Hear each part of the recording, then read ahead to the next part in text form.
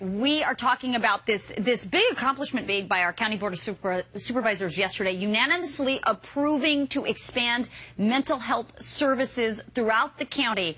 County Supervisor District 3 Dave Roberts here. Good morning. Good morning. And congratulations on this accomplishment. We know that mental health issues are a hot button issue in this country right now.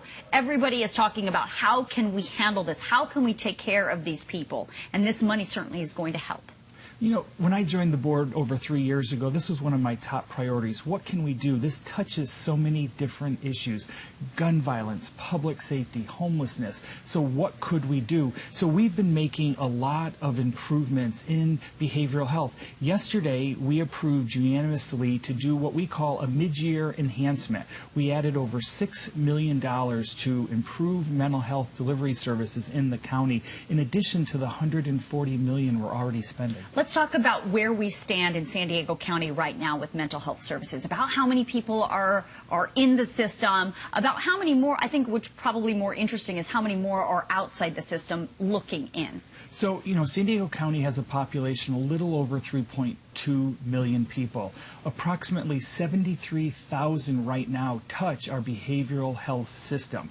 But there's always, you know, room for additional services. What we're trying to do is to figure out how can we provide the best services with the limited amount of money we have. Just think if someone has a family member, they don't know how to get that family member service. So we're opening up crisis stabilization units at hospitals. We're opening up a new crisis residential unit. Once you're stabilized, where do you go? Back on the street? No. You should go into a residential unit. Then we're looking at housing. How do you house these people? Just recently, the county approved $10 million for housing those with severe mental illness so they don't go back onto the street, so they're not a danger to themselves or to us. Oh, you make a good point, too. This is not just one of those, mental health is one of those issues that touches a lot of other issues. You brought it up, but I want to go back to it. Homelessness is certainly one. A lot of our homeless population, a lot of our veteran population is dealing with mental health issues. Then there's the fallout with, you know, the gun issue. And lots of time, every time we talk about a shooting in this country, we always bring up the mental health issue. Right. And, you know, we have the third largest population of veterans here, and that's another issue we're focused on, too. One of the things I was excited about is last year I co-chaired the Suicide Prevention Task Force. How can we reduce suicides? They had gone over 400 a year in the county. So yesterday, 2 of our initial 10 recommendations got funded in this proposal.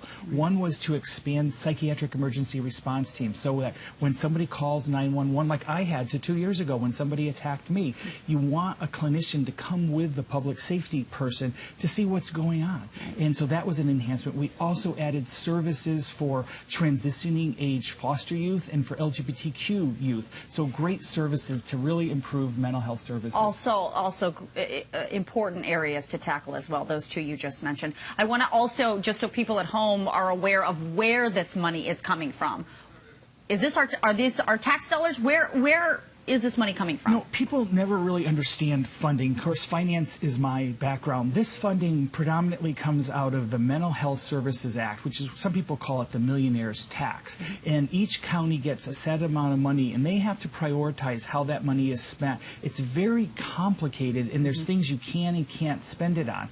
But as the laws have changed, like, for example, this past year, we are implementing now Laura's Law. It's a new law that many people wanted us to do. It's called the Black Robe Effect. We're putting this funding into housing, $10 million to add additional housing units. We're putting it in psychiatric emergency response teams. So it's federal funds, state funds, Mental Health Services Act funds. It's not general funds, and the reason is because general funds are very specific where you want to spend it. Right. All right. Well, Supervisor Roberts, good to see you. Congratulations again, and we look forward to seeing how this money will actually be used. Thank you. Another great success. It certainly is. All right.